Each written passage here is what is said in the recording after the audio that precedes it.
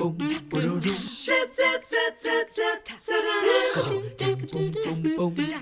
morning. Always nice to begin a day with you as you watch 3+U. We hope that your day is off to a good start. I will begin with a confession before you this morning, and I probably do something in my life that I should not do. And our first guests might correct me on the air, but I've gotten into this habit where every day I get up and I take a look at my 401k balance. Oh, they already laughed. I'm going to introduce you to Brittany and Jay Hagy. They are on for the first time with Allon Planning Partners, and they are in East Brainerd, have chosen to come back to Chattanooga after getting married here a few years ago to help us all with our finances.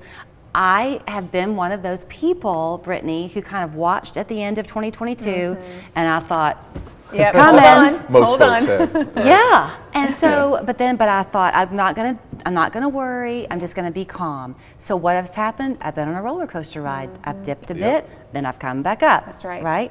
So did I do the right thing, at least in holding steady? Oh man, so there's a lot of things to consider when looking at that, right? So for some, that fear in that emotional roller coaster that we're all on, that fear may be warranted. Oh, should I make a change? What should I make some adjustments? But oftentimes, if you have a true financial plan where you have a course charted, the best decision can often be to just stay the course, right? Okay, so I want to know about a true financial plan, Yes. and Jay, I want to throw this one your way because I'll compare it to weather. If you have, if your house has a good roof on it, the storms come and you're fine. So y'all chose your name for that very kind of metaphorical reason. What does Allon mean? Allon is actually the Hebrew word for oak tree. So we wanted to create plans for our clients that are strong and stable and that flourish in every season. And so we find ourselves in a economic storm right now. You know, we find ourselves January 2022, the market started going south, and by June we're in a bear market, right?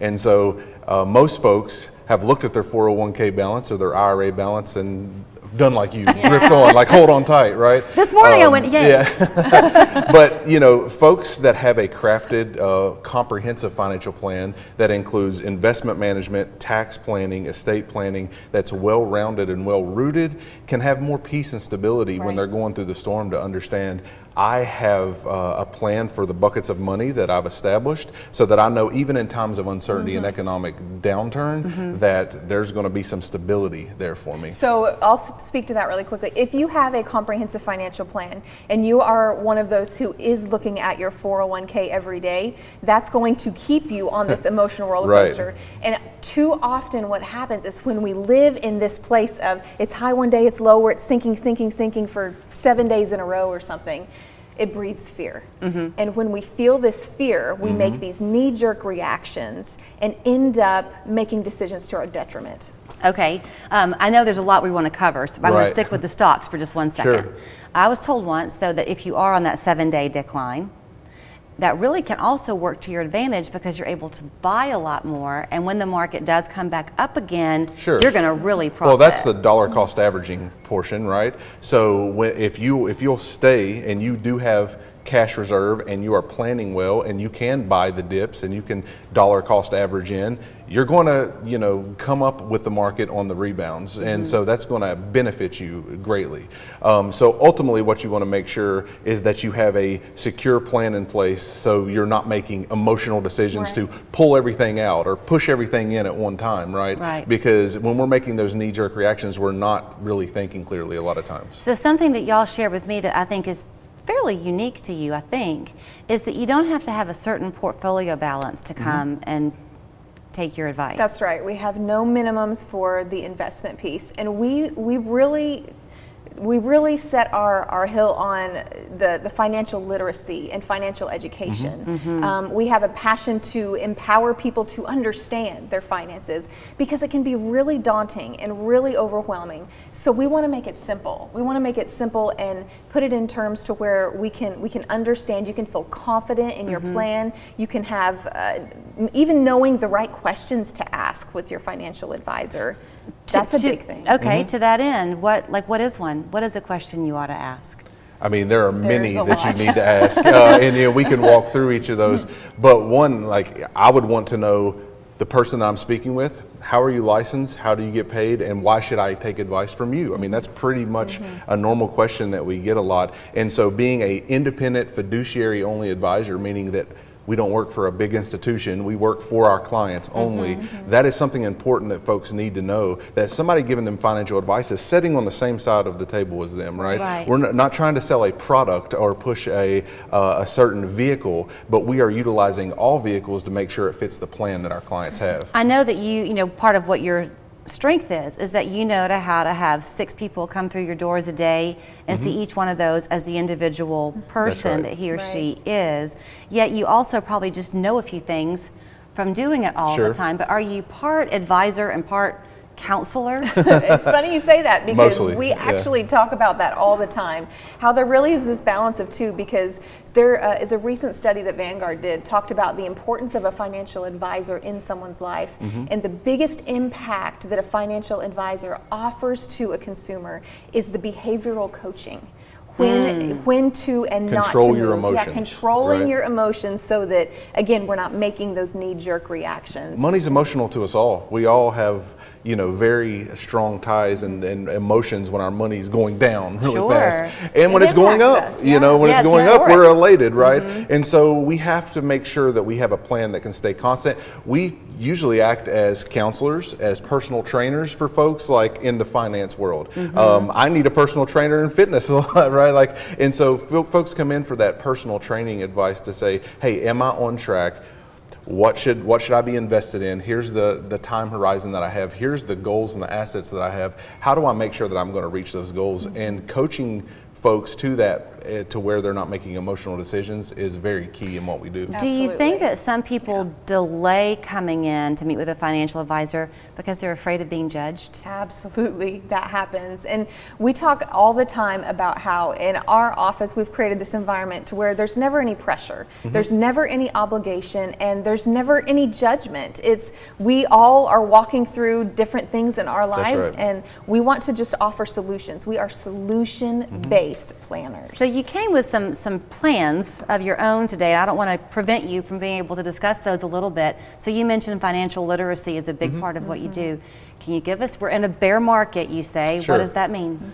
So a bear market means that from the top of the market, we've fallen at least 20%. So we've come down 20% from the highs of the market, and we found ourselves in there June of last year, and we've continued to be volatile. It's continued volatility throughout the market. So there's a lot of things that you can do. Obviously, having a plan is one, but a practical one is making sure that you have proper diversification. And so if I was going to give some education this morning, I would say make sure you're diversified between 5 asset classes. A lot of people's like, well, does that mean I just have different types of stocks, right? Like, or different types of bonds? Well, that's a part of diversification, but ultimately, Warren Buffett, you may know that name, he says that investing is simple, but it's easy, but it's not simple, right? And so the simple part of it is there's 5 assets that we can hold. That's cash, real estate, stocks, bonds, and commodities, right? And if I'm doing that in a fast manner, right, I would go a little bit slower for most folks. But we want to make sure that we have proper diversification among all asset classes, not just different types of stocks and different types of bonds, but that you literally have real estate in your portfolio, that you have commodities, which is gold and oil and wheat and things like this, that you have different sectors of stocks in your portfolios, because you don't want anything over correlated going the same direction too fast. All your eggs in one basket. Different types of bonds in your portfolio, and cash is actually an asset class, so that you do have cash on the side, like you talked about. If the market goes down, that we have cash reserve that we can buy at the bottom so that we can get a larger rebound. So diversification in this economy, in this environment, is going to make or break your portfolio. Well, and something else that we can do to that as well is ensuring that you have an emergency fund. A lot of people don't have that emergency fund, and so that means that they have to go into their investments and withdraw when the market is down, which means you're locking in your losses and you're losing some potential for the upside growth. Right. How important is it to have dividend-paying stocks? Oh, I mean, in this environment, it would be very important. I mean, that's a part of your portfolio. Having stocks that are actually paying you to hold them as well, even the ups and downs.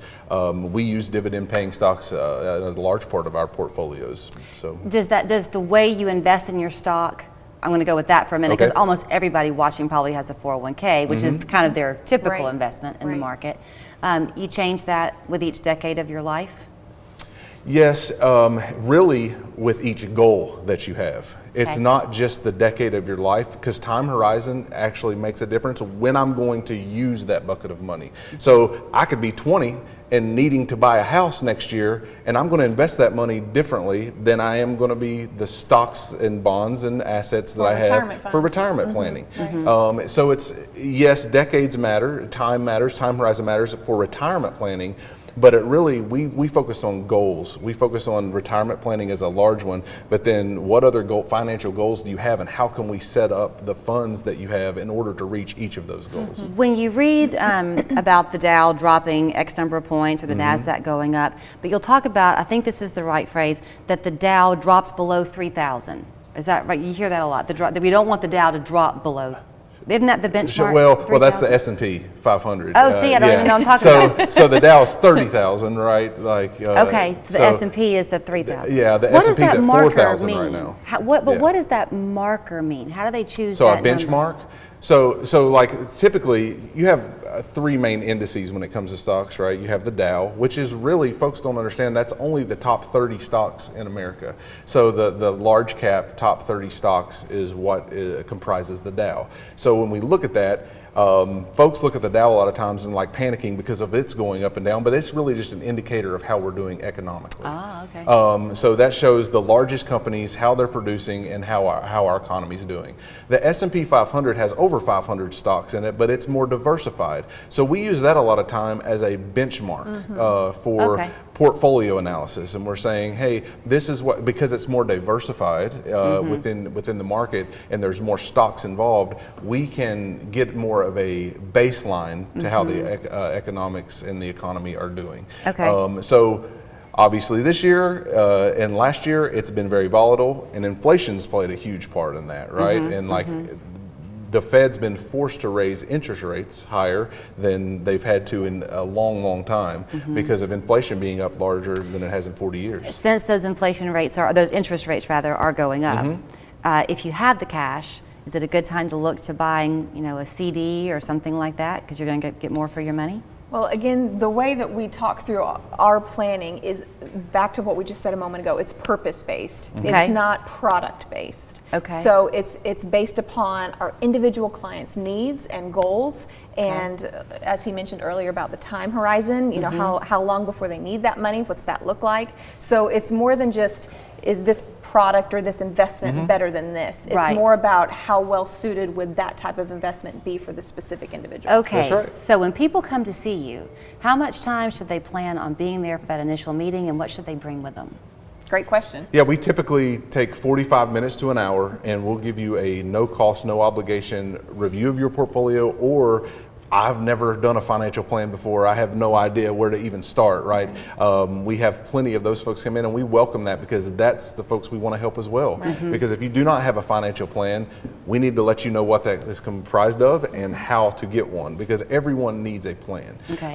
So 45 minutes to an hour is typically our first appointment process, and we will walk through your specific financial situation. You need to bring with you things like your spending plan. I know people have comprised that from the word budget, but the spending plan is what we refer to as well. You need to bring that, so your income and your expenses basically. You need to bring any retirement account that you're already associated with and that you're utilizing, so that we can see, okay, here's what's going on in that for you, and give you some peace of mind. Are you on the right track? Statements for those things. And then we just want to talk through your goals. We want to know about you. We want to know what makes you you and what goals that you have financially, not just retirement planning. What other goals may you have that we can help you reach? And some people, again, may not even know the questions to ask. We've had people say, well, I don't know really what to ask when I get there. That's okay. Right. That's all right. We have these prompting Neither questions. did I. Yeah, we have these questions that we can bring and bring up, and begin conversation, because the goal is to hear from you. That's we right. cannot put together a comprehensive financial plan if we don't hear from you and what your goals, your purposes, your desires are for your financial life. Right. Then let me give you their phone number. And remember that Allon means oak in Hebrew. That's right. So that's a great starting point. They're on East Brainerd Road. 315-1441 is the phone number. AllonPlanning.com That's right. is their website, and they'd be happy to hear from Absolutely. you. Thank you both so much. Thank you so much. Julie. I learned a little.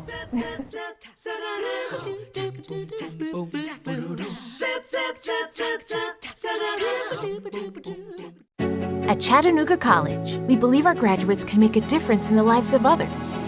That's why we offer programs in both medical and dental assisting. Our graduates play a vital role in modern healthcare by using their training to help make a difference and improve the lives of their patients. That's what making a difference is all